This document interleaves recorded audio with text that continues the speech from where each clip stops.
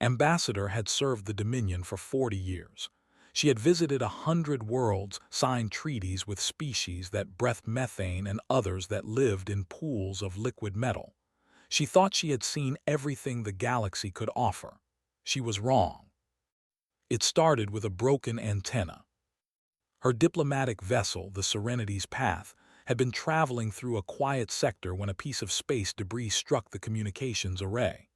The damage was minor, but while the repair drones worked, the ship systems began picking up strange signals. Most were just noise, the background hum of the universe. But one signal was different. Was in her quarters when her communications officer called her to the bridge. His face was pale, his 4 eyes blinking rapidly in the way did when they were afraid. "Ambassador," he said, "you need to hear this." He played the signal through the bridge speakers. At first, heard nothing unusual. Then the static cleared and she heard something impossible. Music. Not the mathematical harmonies of the, or the clicking rhythms of the. This was something raw and emotional, with voices rising and falling in patterns that made her heart's ache for reasons she could not explain. Then came other sounds, people laughing, talking, arguing. News broadcasts in languages she did not recognize, but that her translator struggled to process. "Where is this coming from?" she asked. Her navigation officer checked the readings 3 times before answering. His voice was barely a whisper. "Sol system, Ambassador. The signal is coming from the 3rd planet." Felt the world shift beneath her feet. Every child in the galaxy knew the story of Sol 3. The humans had been a young species, full of promise but cursed with violence in their blood. 3,000 years ago, they had destroyed themselves in a great nuclear war. Their world was a dead rock now, too poisoned to support life, surrounded by a quarantine zone that no ship was allowed to enter. But dead worlds did not broadcast music. "That is not possible," said. "Run a diagnostic on our sensors." They ran 5 diagnostics. Each one confirmed the same thing. The signals were real, they were current, and they were definitely coming from Earth. Ordered her crew to record everything. Her mind raced with questions. If humans were alive, why had the Council told everyone they were dead? Why was their system quarantined? What was the galaxy hiding from? She got her first answer 2 hours later. A Council enforcer vessel appeared out of hyperspace and positioned itself next to her ship. Enforcers were the Council's military police, tasked with maintaining order across the galaxy. They rarely operated in empty sectors like this one. Their presence here was not a coincidence. The enforcer captain was a tall, skeletal being with gray skin and eyes like black stones. He introduced himself as captain and explained that they had detected the Serenity's Path sending unusual data packets. They were here to help with the sensor malfunction. Was a diplomat. She knew how to read people, how to spot lies hidden behind polite words. Captain was lying. He was not here to help. He was here to contain. "Our sensors are functioning perfectly," she said carefully. "We detected some unusual signals, but I am sure it was just background radiation." Smiled. It was not a pleasant expression on a face. "Of course, Ambassador. Background radiation can play tricks on older equipment. We will send technicians to ensure your systems are properly calibrated, for your safety." The technicians arrived within the hour. They were efficient and thorough. When they left, the recordings had made were gone. Every trace of the human signals had been erased from the ship's computers, but had not survived 4 decades of galactic politics by being naive. Before the enforcers arrived, she had the most important recordings to a personal data chip hidden in a false compartment in her quarters. The enforcers found nothing because they did not know to look for it. Captain returned to her ship before departing. He stood very close to her, his black eyes searching her face. "Ambassador," he said softly, "the galaxy is full of mysteries. Some mysteries are beautiful, others are dangerous. The wise traveler learns which questions are safe to ask and which are better left alone. Do you understand? It was a threat wrapped in friendly advice. Had received many such threats in her career. She smiled and nodded and said all the right things. Inside, her hearts were pounding with a mixture of fear and determination. After the enforcers left, sat alone in her quarters and listened to the hidden recording one more time. The human music played softly through her personal speaker. She did not understand the words, but she understood the emotion behind them. Joy, sorrow, hope, love. These were not the sounds of monsters.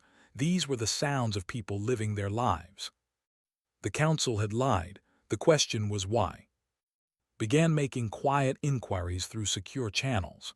She reached out to contacts in the diplomatic corps, old friends who owed her favors, information brokers who traded in secrets. She was careful. She asked questions sideways, never mentioning Earth directly. 3 weeks later, one of her contacts sent her an encrypted file with a single warning. Do not open this on any network device. Borrowed a data pad from a merchant on a backwater station and opened the file. Inside was a list of names, 47 names spanning the last 100 years.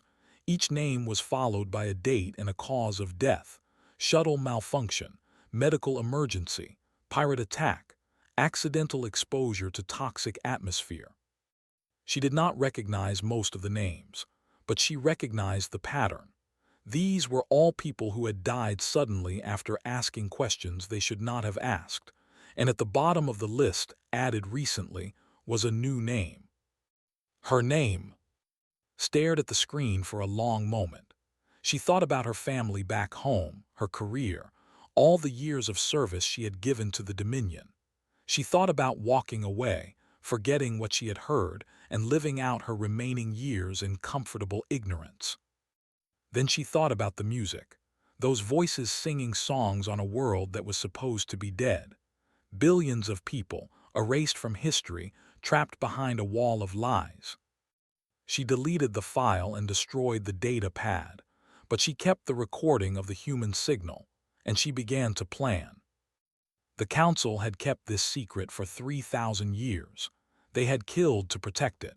Whatever the truth about humanity was, it was important enough to murder for. Intended to find out why. Spent 6 months running. She used her diplomatic credentials to move between stations, never staying in one place longer than a few days. She changed her appearance, altered her ship's identification codes, and learned to spot Council surveillance before it spotted her. During those months, she searched for answers. She followed rumors and whispers, tracked down old records that should have been destroyed, and interviewed beings who claimed to know secrets about the quarantine zone. Most leads went nowhere.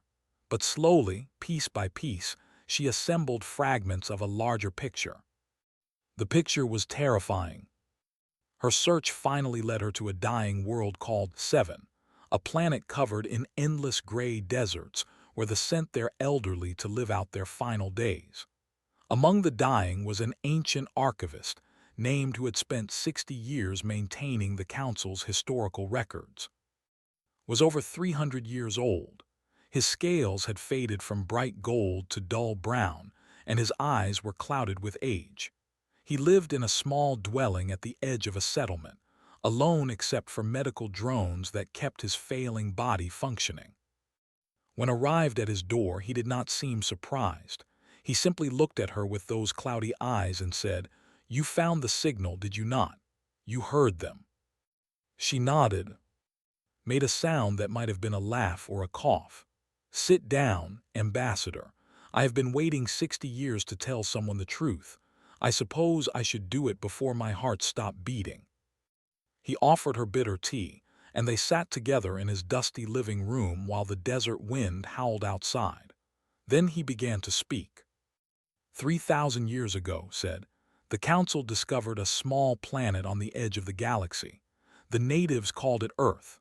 They were young, barely capable of space travel, but they had something the Council had never seen before: genetic diversity on a scale that was almost impossible.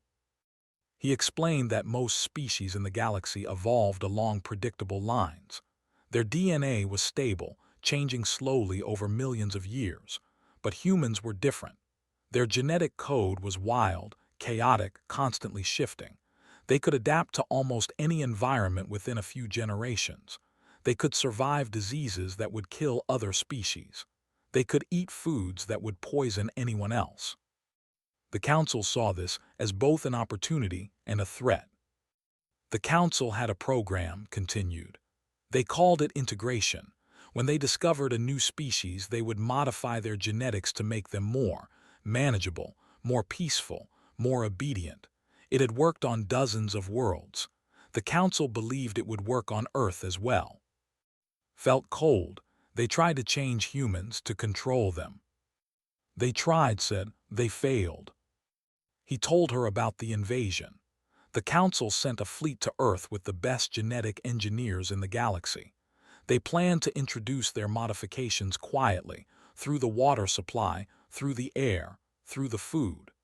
Humans would become docile within a generation, and they would never even know what had been done to them. But something went wrong. The modifications did not make humans peaceful. Instead, something in their chaotic DNA twisted the changes into something new. Humans became more aggressive, more creative, more determined. And when they discovered what was being done to them, they fought back. The war lasted 18 months, said. 18 months against a species that had barely reached their own moon. The Council expected victory in days. Instead, they faced something they had never encountered, a species that could adapt faster than they could attack. Humans reverse-engineered Council weapons within weeks. They hacked Council communications, turned Council ships against each other, developed tactics that no military computer could predict. They were outnumbered 1,000 to 1, but they did not surrender. They did not run. They fought for every inch of their world with a fury that terrified the galaxy. In the end, whispered, the Council was losing, not slowly, rapidly. Another few months and humans would have captured enough ships to take the fight beyond their own system. The Council begged for peace. Struggled to process what she was hearing. If humans won, why does everyone think they destroyed themselves? Old eyes filled with shame. Because the Council could not allow the truth to spread. If other species learned that resistance was possible, that the integration program could be defeated, the entire galactic order would collapse. So they created a new truth.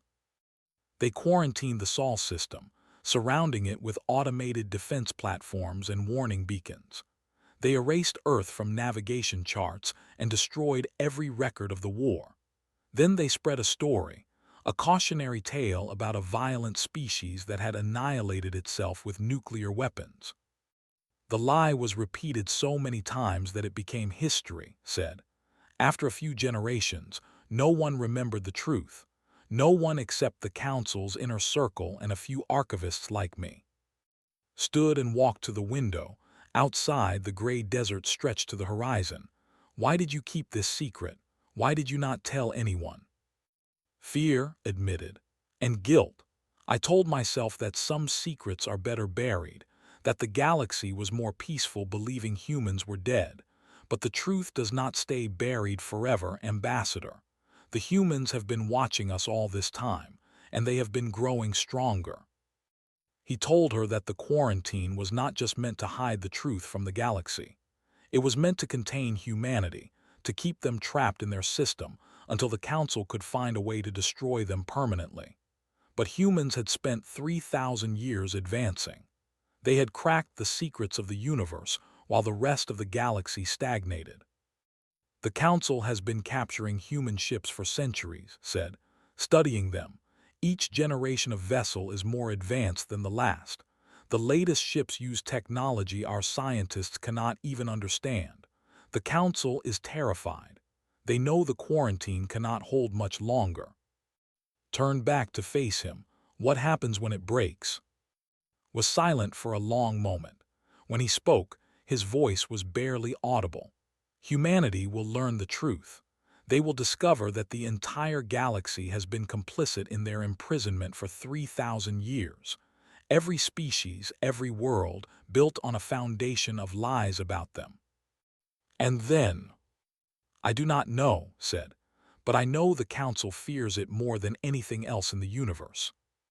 He reached into his robes and pulled out a small data chip. This contains coordinates. There is a station at the edge of Council space, a black site where they study captured human vessels. Go there. See for yourself what we are truly afraid of. Took the chip. Why are you helping me? Closed his eyes. Because I am dying and I am tired of carrying this weight. Because someone needs to know the truth. And because I hope, I pray, that when humans finally break free, they will remember that not everyone in the galaxy was their enemy. He died 3 days later. Stayed long enough to see him buried in the gray desert. Then she took her ship and flew toward the coordinates on the chip. The truth was waiting for her, and it was more terrifying than she could have imagined. The coordinates led to a region of space that did not exist on any official chart. It was a dark place between star systems, far from shipping lanes and patrol routes. The perfect location to hide something the Council did not want found. She was not alone anymore.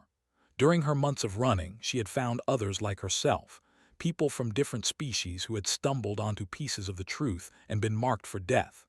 There was an engineer who had discovered strange energy readings near the quarantine zone. There was a historian who had found inconsistencies in 3,000-year-old records. There was a former council security officer who had asked too many questions about classified files. Together, they had formed a small network of truth seekers.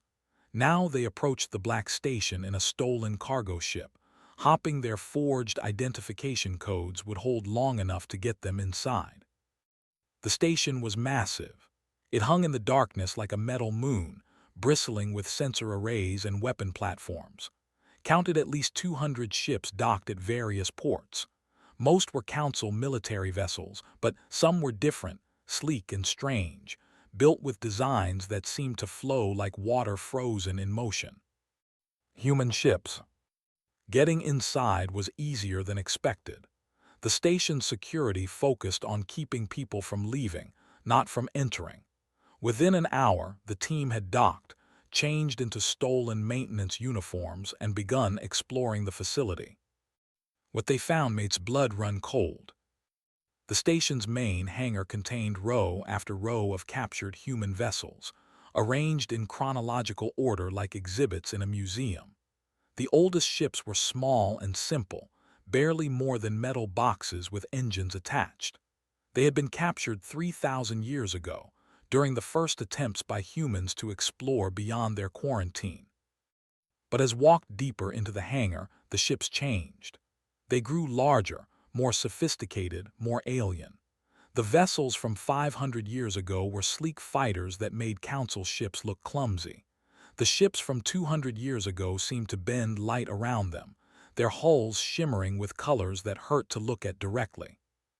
The most recent captures were impossible.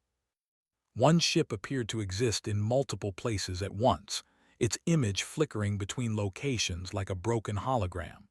Another had no visible engines or power source, yet sensors showed it was fully operational. A third was completely transparent, visible only because of the dust particles that collected on its surface. 3,000 years, whispered, his mandibles clicking with fear. They have been advancing for 3,000 years while we stood still. How is this possible? A voice answered from behind them. Because you stopped evolving, we did not. They spun around to find a tall in a research coat standing in the doorway. Her expression was calm, almost bored. Behind her stood a squad of armed guards. I am High Researcher, she said. I have been expecting you, Ambassador. Your network is not as secret as you believe. We have been tracking your movements for months. The guards surrounded them efficiently. There was no chance to fight, no chance to run. Within minutes, the team was bound and escorted to a secure laboratory deep within the station.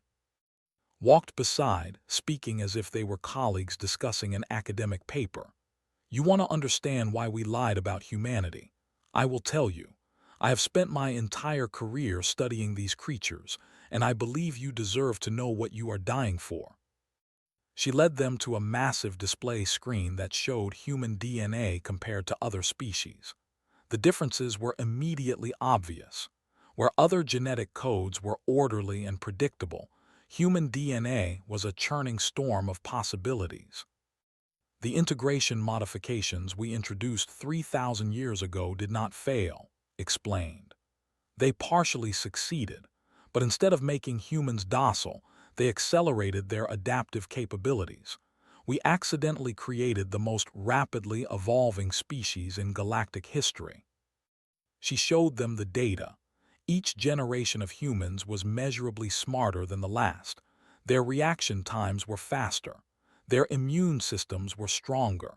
Their creativity was off every scale the Council had developed to measure intelligence. At their current rate of advancement, said, humans will develop the technology to breach the quarantine permanently within 50 years, perhaps sooner. When that happens, they will discover the truth about what we did to them. The historian spoke up. Perhaps they will forgive. Laughed, it was not a pleasant sound. Forgive? You do not understand. Humans remember everything. They have been recording their history obsessively since before they developed writing. Every generation passes its knowledge to the next. They know about the invasion. They know about the genetic modifications. They know about the quarantine. They have known for centuries. She leaned close to, and they have been waiting, watching, growing stronger. When they emerge, they will not just want justice. They will want answers. They will want to know why every species in the galaxy, including yours, Ambassador, participated in their imprisonment for 3,000 years. Met her eyes. What does the Council plan to do? Smiled coldly. What we should have done 3,000 years ago. There are weapons capable of destroying a planet, cracking it down to its core. Operation Clean Slate has been in development for centuries. When the time comes, we will ensure that humanity truly is extinct. The words hung in the air like poison. Thought about the music she had heard, the voices laughing and singing on a world that was supposed to be dead. Billions of lives, sentenced to extinction because the Council was afraid. You are monsters, she said quietly. We are survivors, replied, and survival requires difficult choices. She turned to the guards. Take them to holding cells. They will be executed tomorrow after I have extracted everything they know about their network. The guards moved forward, closed her eyes, accepting that her search for truth had reached its end. Then the alarm started screaming. Every light in the station turned red. Emergency announcements blared from speakers in every corridor. His face went pale as she checked her communicator. Impossible, she whispered. The perimeter sensors. A new voice crackled through the station's communication system.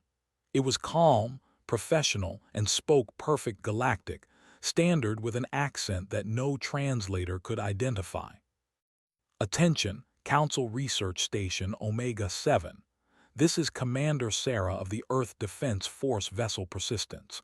We have detected several of our citizens being held against their will in your facility. You have 1 hour to release them.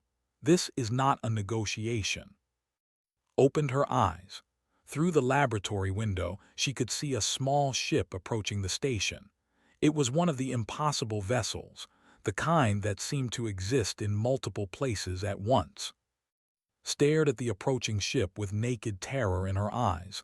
They were not supposed to be able to track us. The station is hidden, shielded. How did they find us? The human commander's voice answered as if she had heard the question. We have always known where you are. We have always known what you are doing. The difference is that now we have decided to do something about it. The hour had begun to count down, and for the first time in 3,000 years, humanity was coming to call. High researchers screamed orders at her security teams. Guards rushed to defensive positions. Weapon systems powered up across the station.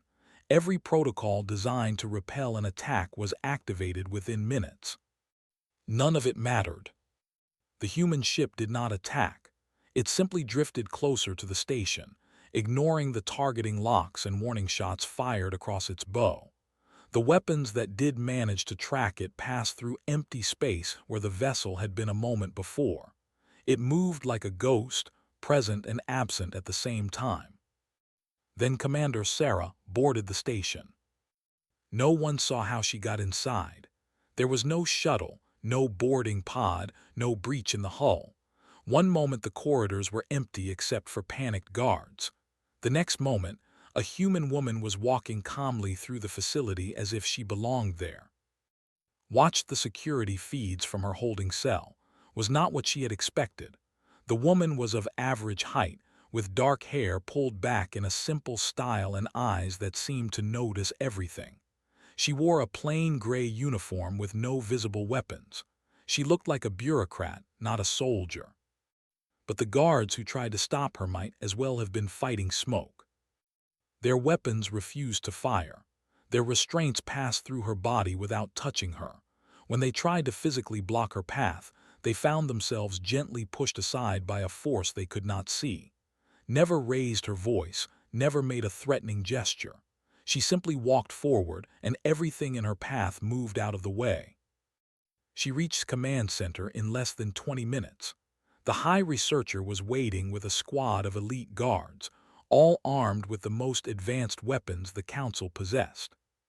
"Stop," commanded. "Come no closer." Stopped, she looked around the command center with what might have been curiosity, then focused on.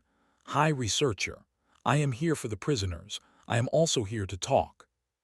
"Talk?" His voice cracked with disbelief. "You invade a council facility and you want to talk?" "Yes," said simply. "That is exactly what I want. My people have waited 3,000 years for this conversation. I think we have earned the right to have it." Watched as struggled to regain control of the situation. The high researcher was used to being the one with power, the one with secrets. Now she faced a human who seemed to know everything and fear nothing. "How did you find this station?" demanded. "How did you get past our defenses? How are you doing any of this?" Smiled slightly. "You have been studying our technology for centuries. Have you learned nothing? We are 3,000 years ahead of you, researcher. Your defenses are toys to us. Your secrets are open books. We have been watching you watch us for longer than you can imagine." She began to walk around the command center, examining the equipment with casual interest. The guards tracked her with their weapons but did not fire. Something in calm confidence made them hesitate.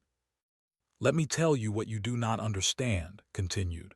"When your council attacked Earth, they expected us to break, to surrender, to accept whatever modifications you wanted to impose on us. Instead, we fought. We won. And when you quarantined our system, we had a choice to make." She stopped and faced directly. "We could have broken out within a few centuries. Your technology was not that far ahead of ours and we learned fast, but we chose to stay. Do you want to know why?" Said nothing. Her face was pale, her hands trembling. "Because breaking out would have meant war," said. "A war we would win, but at tremendous cost. Millions would die on both sides. Worlds would burn. We decided that was not the future we wanted, so we waited, we watched, we learned." She gestured at the captured ships visible through the command center windows. "You think you have been studying us. We have been studying you. Every ship you captured was allowed to be captured. Every piece of technology you examined was technology we wanted you to see. We have been teaching you, researcher, preparing you." Felt her heart's racing. The scale of what was describing was almost impossible to comprehend. 3,000 years of deliberate patience. 3,000 years of playing a game so long and so complex that the other side did not even know they were pieces on the board. "Preparing us for what?" whispered. "For today," said. "For this conversation. We knew that eventually someone would discover the truth, someone like Ambassador." She nodded toward the security screen that showed Cell. We have been protecting people like her for generations, nudging them toward the evidence, keeping them alive when your assassins came for them. We wanted the truth to come from inside your own civilization. We wanted allies, not subjects. She walked to the main control console and placed her hand on it. Screens flickered. Systems responded to her touch as if she had always had access. But now we are running out of time. Your council has become paranoid. There are factions pushing for what you call Operation Clean Slate, the destruction of Earth using planet-killer weapons. We cannot allow that. We will not allow that. His eyes widened. How do you know about Clean Slate? That is classified at the highest level. Looked at her with something like pity. There is nothing about the council we do not know. Every secure communication, every classified meeting, every secret vote. We have been inside your systems for centuries. We know your leaders by name. We know their fears. We know what they had for breakfast this morning. She released the console and turned to face fully. I am going to release the prisoners now. Then I am going to leave. But I am offering you a choice, researcher. Help us expose the truth peacefully or stand aside while we do it ourselves. We would prefer partners, but we do not need them. Seemed to shrink under the weight of words. If you expose the truth, the council will never accept it. They will fight. They will launch Clean Slate. Yes, agreed. They probably will. That is why we need people like you, people who understand what is at stake to help prevent it. She paused.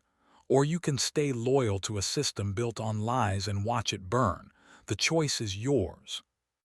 The command center was silent except for the hum of machinery. Watched face cycle through emotions, fear, anger, confusion, and finally something that looked like exhausted surrender. Before anyone could speak, an emergency transmission cut through the station's communication system. The voice belonged to a council official, and its message made blood freeze. Attention all council installations. Priority Alpha communication. The Grand Council has convened an emergency session and voted to authorize Operation Clean Slate. The extermination fleet launches in 72 hours. All personnel are to prepare for potential hostile action. His expression did not change, but something flickered in her eyes. 72 hours, she said quietly. That is faster than we expected. She looked at one final time. It seems the choice has been made for us. The question now is whether there will be anyone left to regret it.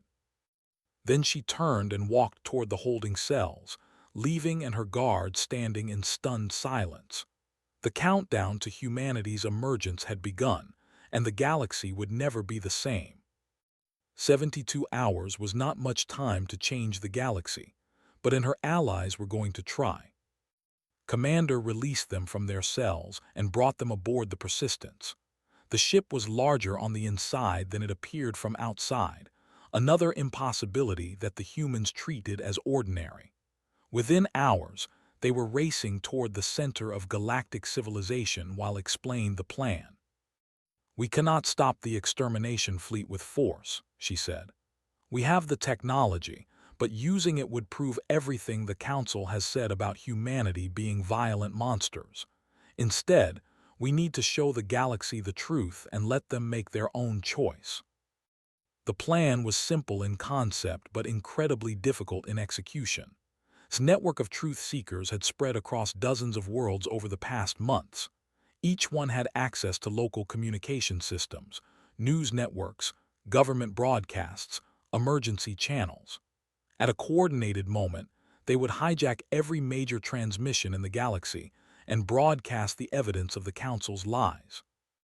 They had the recordings that had preserved. They had data stolen from the Black Station. They had 3,000 years of hidden history, and they were going to show it to everyone.